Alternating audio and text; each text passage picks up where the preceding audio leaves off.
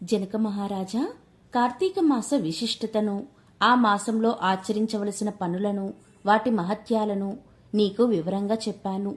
ఈ మాసంలో విష్ణుమూర్తిని అవిషపూలతో ఆరాధన చేస్తే చంద్రాయన వ్రతం చేసిన ఫలితం లభిస్తుంది. దర్భలతో పూజించిన, వస్త్రాలతో పూజించిన ఉత్తమ గతులు కలుగుతాయి. ఈ కార్తీక పురాణం చదివినా విన్నా కష్టాలు తొలగిపోయి దోషాలు దూరమై ముక్తి లభిస్తుంది. ఈ విషయాన్ని సూచించి మందరుడి కథ చెప్తాను, శ్రద్ధగా విను. పూర్వం మందరుడనే విప్రుడు ఉండేవాడు. అతడు పుట్టింది విప్రునిగా అయినా పూజలు చేసేవాడు కాదు. వైదిక ధర్మాచారాలకు చాలా దూరంగా ఉండేవాడు. ఇతరుల ఇళ్లల్లో సేవలు చేస్తూ సమస్త దుర్వ్యసనాలను అలవాటు చేసుకుని వాటితోనే కాలం గడుపుతూ ఉండేవాడు. అతడి భార్య సుగుణవతి, పతిభక్తి కలిగిన పరమ ఇల్లాలు. మందరుడు రాను రాను దొంగతనాలు చేయడానికి అలవాటు పడ్డాడు. దారులు కాచి బాటసారులను దోచుకునేవాడు. ఒక రోజున మందరుడు పొరుగురిలో పని చూసుకొని తన గ్రామానికి పోతున్న ఒక వ్యక్తిని అడ్డగించి అతని వద్ద ఉన్న సొమ్మును అపహరించాడు. అది చూసిన నరకిరాతకుడు మందరుణ్ణి చంపి ఆ సొమ్మును తీసుకుని తన గూడెం వైపుకు వెళ్తున్నాడు. ఇంతలో అడవిలో అటుగా వచ్చిన పులి అతడి మీద పడి చంపేసింది. ఆ నరకిరాతకుడు కూడా తన చేతిలో ఉన్న గండ్రగొడ్డలితో ఆ పులిని చంపి తాను మరణించాడు. ధనం మీద ఉన్న ఆశ కారణంగానే వాళ్ళు మరణించారు. ఈ విధంగా ఒకేసారిగా మరణించిన ఈ ముగ్గురుని యమభటులు నరకానికి తీసుకుపోయారు.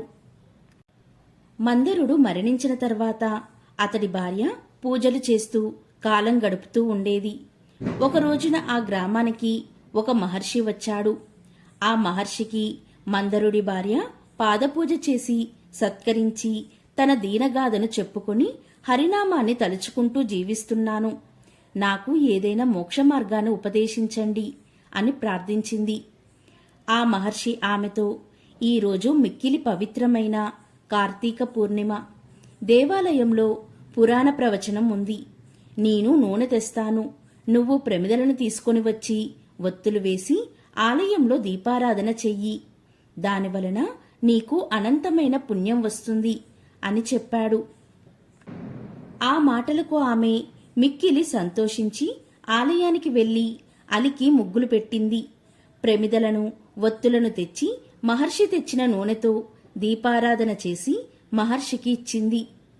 ఆ తర్వాత ప్రతి ఇంటికి వెళ్లి ఆలయంలో కార్తీక పురాణం చెబుతున్నారు, రమ్మని పిలిచింది. ఆ రాత్రి అందరితో కలిసి కార్తీక పురాణాన్ని విన్నది. కొంతకాలం గడిచాక ఆయువు తీరడంతో ఆమె మరణించింది. విష్ణుభటులు వచ్చి ఆమెను పుష్పక విమానం ఎక్కించుకొని విష్ణులోకానికి తీసుకువెళ్తున్నారు. దుర్మార్గుడైన భర్తతో సాంగత్యం ఉన్న కారణంగా ఆమెకు గల కొద్ది దోషం వలన ఆమెను నరకం మీదుగా తీసుకువెళ్తున్నారు విష్ణుదూతలు.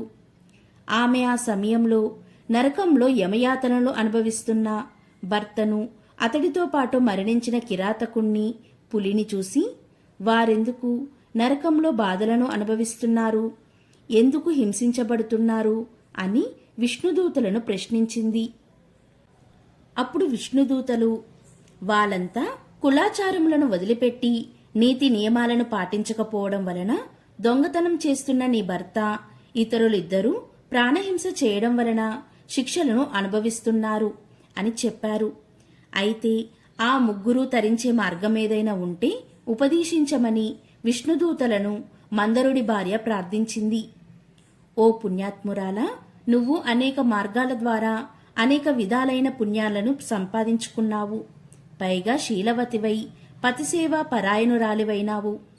ఆధ్యాత్మిక ప్రవర్తనతో పవిత్రురాలివై పుణ్యవంతురాలివి అయ్యావు. నీ సంకల్పానికి అడ్డేముంది?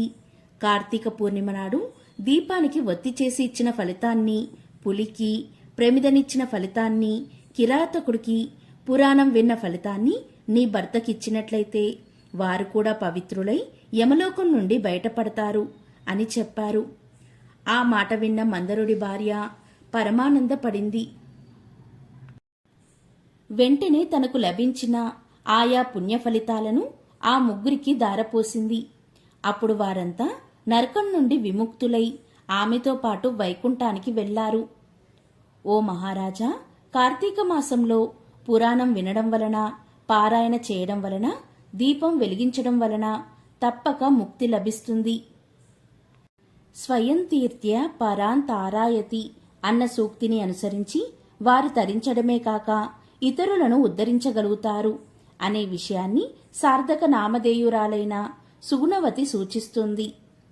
కార్తీక పురాణం 11వ రోజు పారాయణం సమాప్తం.